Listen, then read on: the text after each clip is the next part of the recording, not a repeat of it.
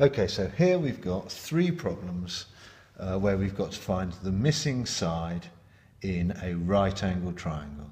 Okay, and I can't stress enough that the methods we will be using to do this can only be used in right-angled triangles. And we will be using the three trigonometric ratios or trigonometric functions that you've recently met.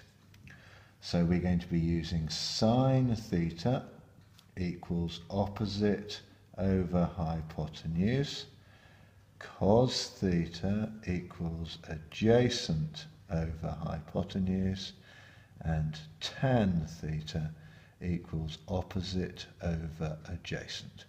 And these can be remembered sohcahtoa, sohcahtoa. Okay, so in this first triangle, the process is always the same when solving these problems. We've got our angle. We now need to label the other two sides. Well, this side is across from the right angle. It's the longest side, so this is the hypotenuse. Now this side doesn't touch the angle, it's opposite the triangle from the angle, so that is the opposite. So we have got the opposite and the hypotenuse. So we are going to be using sine theta equals opposite over hypotenuse. Now we substitute in. Theta is the angle, we know the angle, so we've got sine of 60 degrees equals the opposite, which is C, we don't know, and over the hypotenuse, which is 15. So we've got C divided by 15 equals this number. Sine 60 degrees is just a number. So to solve that equation, we multiply both sides of the equation by 15. If we multiply C divided by 15, we just get C, and multiply that, we get 15 times sine 60 degrees. And I can put that in my calculator. 15 times sine 60. On this calculator you have to close your brackets afterwards. Now, very important to check that your calculator is set to degrees. So look for a little D, a tiny little D in the top row of your calculator to confirm that your calculator is set in degrees.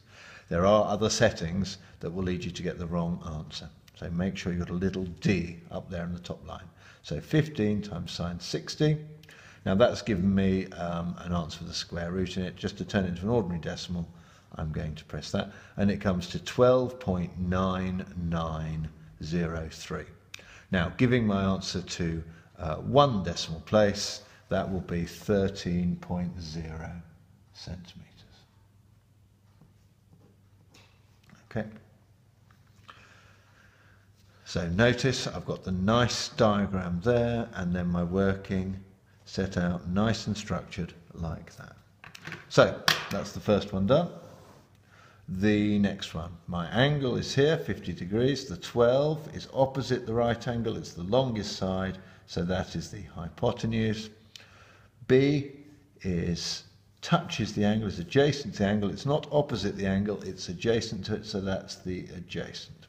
So I've labelled the two sides. I don't label the third side because I'm not going to be using it, so I don't label it. So adjacent and hypotenuse, cos theta equals adjacent over hypotenuse. So cos of my angle, which is 50 degrees, equals the adjacent, which is B, which I don't know, divided by the hypotenuse, which is 12.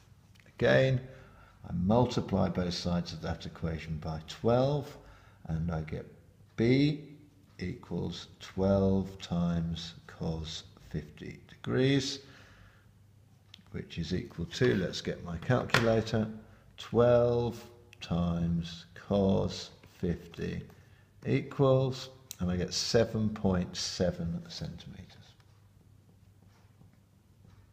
I'm just giving my answers to one decimal place here.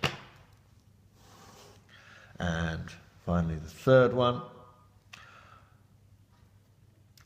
I've got the angle here, 34 degrees. 10, it's not the hypotenuse, it's not the longest side, it's not opposite the right angle, it's next to the angle, so it's the adjacent. F is across the triangle from the angle, it's opposite the angle, so that's the op. So I've got the opposite and the adjacent. The opposite and the adjacent is the tan. So tan theta equals opposite over adjacent. So tan of my angle, tan of 34, equals the opposite f over the adjacent 10. Multiply both sides of the equation by 10, and we get f equals 10 times tan 34 degrees, which is 10 times tan 34 degrees equals, and that gives me 6.7 centimetres to 1 decimal place.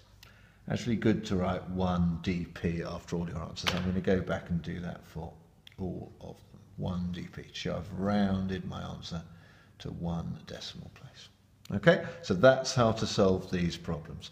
There are more complicated examples that involve often working out the hypotenuse is more complicated. So in my next video, I shall show you those.